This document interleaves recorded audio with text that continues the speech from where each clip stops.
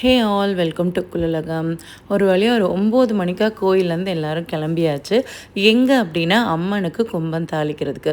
கும்பம் தாளிக்கிறது, கரகம் ஜோடிக்கிறதுன்னு ஒவ்வொரு ஊரில் ஒவ்வொரு பாஷையில் சொல்லுவாங்க. ஸோ எங்கள் ஊருக்கு பக்கத்துலேயே ஒரு விநாயகர் கோயில் இருக்குது. அங்கே இருக்க கிணத்து தண்ணி ரொம்பவே சுத்தமாக இருக்கும். ஸோ எப்போல்லாம் திருவிழா சாட்டினாலும் அங்கே வச்சு தான் கரகம் ஜோடிப்பாங்க.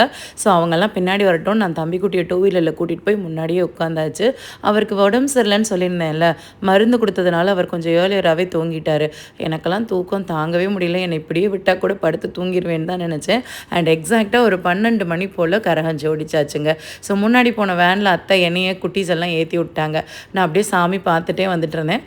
ஒரு வழியாக 12 மணிக்காக கிளம்பி ஒரு 2:30 அப்படிங்கும் போதெல்லாம் கோயிலுக்கு வந்தாச்சு. இந்த கூட்டத்துக்கெல்லாம் தூக்கமே வராதா, நீங்கள்லாம் எங்கேருந்துடா வரீங்கன்ற மாதிரி தான் இருந்துச்சு. எனக்கெல்லாம் பயங்கர டயர்டு. என்னெல்லாம் வீட்டில் கொண்டு போய் எப்படியாவது சேர்த்துருங்க அப்படின்னு தான் இருந்தேன்.